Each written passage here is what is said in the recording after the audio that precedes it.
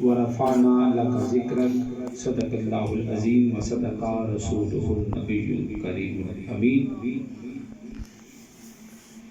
میں جتنے کلمات اماں جی نے میرے لیے کہے ہیں، میرے لیے سرمایہ ہے، میں اگرچہ اپنے آپ کو ان شکریہ کے کلمات کا حقدار نہیں سمجھتا، کیونکہ آستانے پر بندہ سائل ہوتا ہے اور طلب کرنے کے لیے اپنی دعاؤں کی تکمیل کے لیے حاضر ہوتا ہے۔ جیسے ہی مجھے اماں جی کا حکم ملا کہ حاجی صاحب اپنے گھر میں یہ پروگرام کر رہے ہیں جو 28 نومبر کو ہوتا ہے، تو حاضر ہونا ہے، اسی دن سے ارادہ تھا۔ اللہ پاک نے توفیق بخشی، اگرچہ میں لیٹ پہنچا لیکن حاضری مقصود تھی وہ ہو گئی۔ حضرت محترم، یہاں آج ہم اپنی شاہ کامل منبع علم و حکمت پیر طریقت عظیم روحانی شخصیت پیر سید دلدار حسین شاہ قادری قلندر رحمۃ اللہ علیہ کی یاد میں بیٹھے ہوئے ہیں۔ ہم میں سے شاید کوئی ایک آدھ بندہ ایسا ہوگا کہ جو ان کی باتوں سے فیض یاب نہ ہوا، کوئی ایک چند۔ میں اپنی کوئی بھی نہیں ہوگا جو ان سے فیض یاب نہ ہوا ہو، کوئی بھی نہیں ہوگا۔ جتنے لوگ ان سے ملے ہیں اور محبت کرنے والے ہیں، چاہے تھوڑا یا زیادہ، مگر فیض یاب ضرور ہوا ہے۔ تو آزاد محترم جس اماں جی نے کہا ہے کہ میرے ساتھ بابا جی رحمۃ اللہ علیہ بہت محبت کرتے تھے، تو مجھے نا 2-3 مرتبہ انہوں نے نا انگوٹھیاں دی، 2-3 مرتبہ، کوئی کس طرح کی کوئی کس طرح کی، تو وہ نا تھوڑے دنوں کے بعد وہ گم ہو جاتی تھی۔ میں نے پھر آنا تو انگلی میری خالی ہو رہی، تو مجھے نا دوسری انگوٹھی نکال کے دکھا۔ اس کا تسلسل یہ ہے کہ ایک دفعہ ایسے ہوا کہ لاہور میں ایک نجومی تھے آغا حسنین قاسمی، تو میرے دوست کہتے ہیں کہ ان کے پاس جانا ہے، وہ بھی علم نجوم کا ماہر تھا، کہ ان کے پاس جانا ہے تو مجھے ساتھ لے کے آپ نے جانا ہے، وہ ضعیف تھے، آپ نے مجھے لے کے جانا ہے ساتھ۔ چلو چلے گئے، اس نے اپنا ذائچہ بنوانا تھا، تو اس نے نا میری فیس بھی بات جمع کروائی، اگرچہ میں اس چیز کا قائل نہیں تھا، میں بعد میں ہوا بات بتاتا ہوں۔ جب اس نے اپنا ذائچہ بنوا لیا تو میری باری بھی آ گئی، میں نے کہا جی میں نے تو اپنا ذائچہ نہیں بنوا لیا، اور نہیں کوئی بات نہیں، بیٹھی بتائیں آپ نے کہا میں نے فیس جمع کروا دی۔ چلو 1 گھنٹہ 1.5 گھنٹہ تقریباً وہ بندہ نا میری لائنیں بنا کے پتہ نہیں کیا کچھ کرتا رہا۔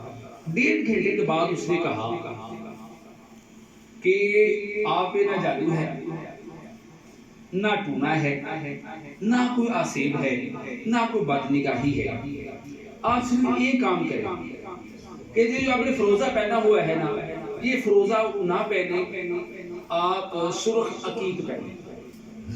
اور وہ فروزہ میں نے خود پہنا ہوا تھا، بابا جی مجھے نہیں دیا ہوا، وہ میں نے اچھا لگا، میں شمالی علاقہ جاتے سیر پہ تھا تو وہاں سے مجھے پسند آیا تو میں نے لے لیا۔